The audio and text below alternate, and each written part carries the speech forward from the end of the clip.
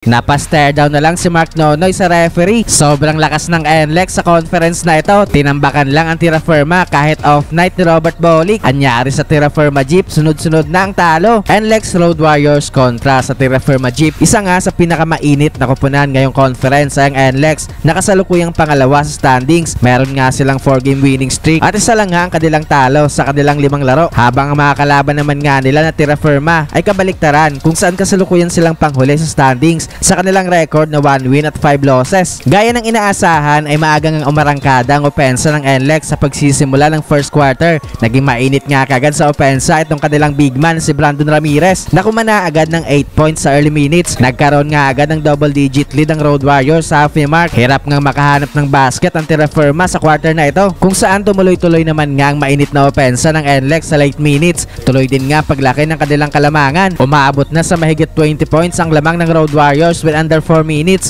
Step up na din nga dyan ang kanilang second unit. Pero bago nga matapos ang quarter ay nagkaroon nga ng run ng Terra Firma. Paunti-unti nga nilang nakukuha ang kanilang rhythm offensively sa pangunguna ni Brent Paraiso na nagkaroon ng 7 straight points para ibaba sa 17 points sa kanilang hinahabol after ng first frame sa score na 33-16. Second quarter ay tuloy nga pag-control sa game ng NLEX. Pilit naman ngang binubuhay ni Kevin Ferrer ang opensa ng Jeep na biglang uminit sa labas. Kumana nga ito ng 4 na sunod na 3-pointers pero hindi nga sila basta makalapit sa Road Warriors dahil nagkakaroon din nga ng counter ang NLEX na maintain nga nila ang kanilang double digit lead all throughout the quarter. Tambak pa rin nga ang Terra Firma after ng first half sa score na 63-44. Third quarter ay even though biglang bumagal ang opensa ng NLEX sa early minutes ay hindi nga nila ito na take advantage dahil namimintis din nga nila ang kanilang mga tira kaya hirap din nga nilang maibaba ang kanilang hinahabol na big lead. Halfway mark ay pareho na ang nababalik ng both teams ang kanilang rhythm offensively. Step up na nga sa Jeep si Mark Nonoy habang sa NLEX naman nga ay naging balanse ang kanilang scoring. Napa-stare down pa si Mark Nonoy sa referee kung saan tila meron itong kino-complain sa kanila. Malaki pa rin nga ang kalamangan ng